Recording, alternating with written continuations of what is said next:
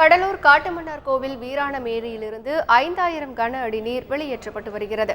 இதையடுத்து வீரநத்தம் உள்ளிட்ட ஏராளமான கிராமங்கள் தண்ணீரில் மூழ்கியுள்ளன. இதுகுறித்து களத்திலிருந்து கூடுதல் தகவல்களை தருகிறார் எமது செய்தியாளர் கோபிநாத். கோபிநாத், சொல்லுங்க, இப்போ நீங்க எந்த இடத்துல இருக்கீங்க? அங்க இருக்கக்கூடிய பகுதியில நிலவரம் எப்படி இருக்கு?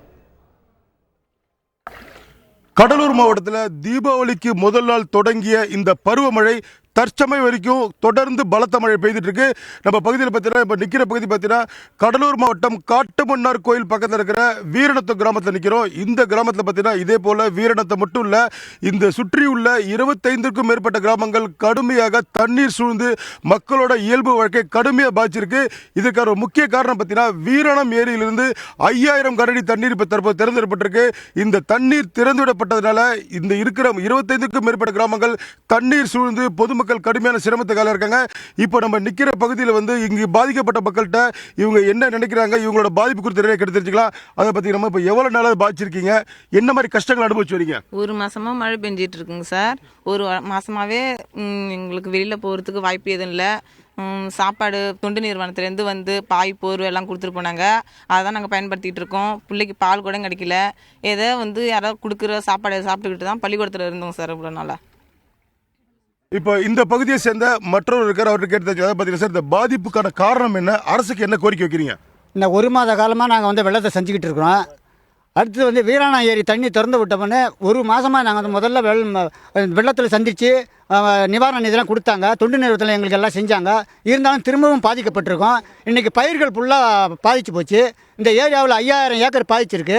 எங்களுக்கு என்ன அந்த விவசாயத்தில் எந்த நஷ்டமும் எங்களுக்கு அதில் லாபமே கிடையாதுங்க. எல்லாம் வீணாக போச்சு. எங்களுக்கு இந்த 5000 ஏக்கருக்கு நிதி தரணும். இன்னும் எங்களுக்கு புயல் மண்டபம் எங்கள் ஊரில் ஒரு சமுதாய கூடம் கூட இந்த வீரநத்த கிராமத்தில் கிடையாது.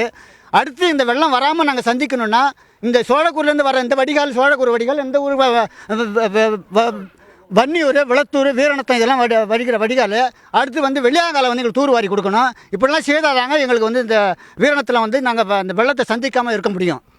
இந்த பகுதி மக்களோட ஒரு முக்கியமான கோரிக்கை பார்த்தீங்கன்னா, ஏற்கனவே இந்த பகுதி மக்கள் வீராணம் ஏரியை முழுமையாக தூர் வரணும்னு கோரிக்கை வச்சாங்க. தற்சமயம் பார்த்தீங்கன்னா இந்த வீராணம் ஏரியிலிருந்து தண்ணி வெளியேற்றப்படும் வாய்க்கால்கள் அனைத்துமே ஆக்கிரமிப்பில் இருக்குது. அதே போல் பார்த்தீங்கன்னா இந்த மக்கள் கடந்த 10 ஆண்டுகளாக தண்ணீர் எப்போ மழை பெஞ்சாலும் இந்த தங்களோட கிராமங்களுக்குள்ள தண்ணீர் புகுறது.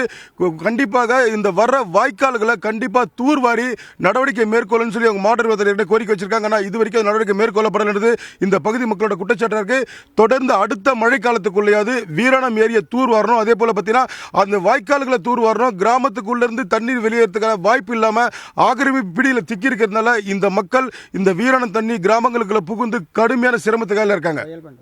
கோபிநாத், இப்ப நீங்க கடலூர் மாவட்டத்தில் இருக்கு அப்படின்னு சொல்லியிருக்கிறீங்க. நிவாரண பொருட்கள் ஒரு பக்கம் குவிந்து கிடக்க, அங்க இருக்கிற பல கிராமங்கள்லயும் பல பகுதிகளிலும் நிவாரண பொருட்கள் மக்களுக்கு முழுமையா போய் சென்றடையல.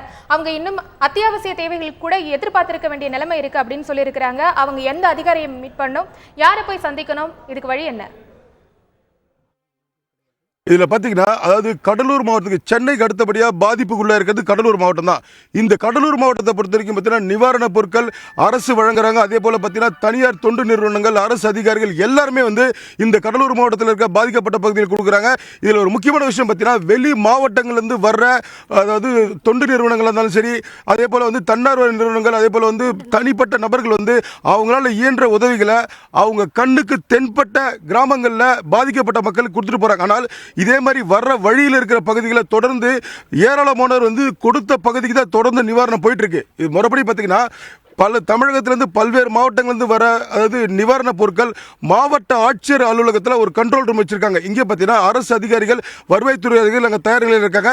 இவங்க கொண்டு வர பொருட்கள் பார்த்தீங்கன்னா அந்த மாவட்ட நிர்வாகத்தில் பதிவு செஞ்சு அங்கிருந்து ஒரு மாவட்ட வருவாய்த்துறையிலேருந்து ஒரு நபரை அவங்க ஃபிக்ஸ் பண்ணி இது வரைக்கும் எந்த கிராமத்துக்கு நிவாரணப் பொருட்கள் போகலன்றதை அவங்க கணக்கெடுத்து வச்சிருக்காங்க. அதன் மூலியமா அவங்கள அணுகினால் மட்டும்தான் சரியான பாதிக்கப்பட்ட அதாவது இந்த சாப்பாடு கூட இல்லாத இந்த ஒரு அதை பார்த்தீங்கன்னா பின்தங்கிய பகுதிகளுக்கு இந்த நிவாரணம் போய் சேரும். அதை பார்த்தீங்கன்னா இந்த பகுதி மக்கள் ஏற்கனவே இப்போ தற்சமயம் பார்த்தீங்கன்னா அரசு சார்பில் இங்கே இருக்கிற சட்டமன்ற உறுப்பினர் அவர் இங்கே இருக்கிற மதிய உணவை கொடுத்துட்டு போயிருக்கார். ஆனால் இந்த மக்களுக்கு தேவையான தூங்குறதுக்கோ இல்லை நிரந்தரமாக தங்கறதுக்கோ இது வரைக்கும் எந்த நடவடிக்கை எடுக்கப்படல இங்கே இருக்கிற பகுதி மக்களோட குற்றச்சாட்டாக இருக்குது.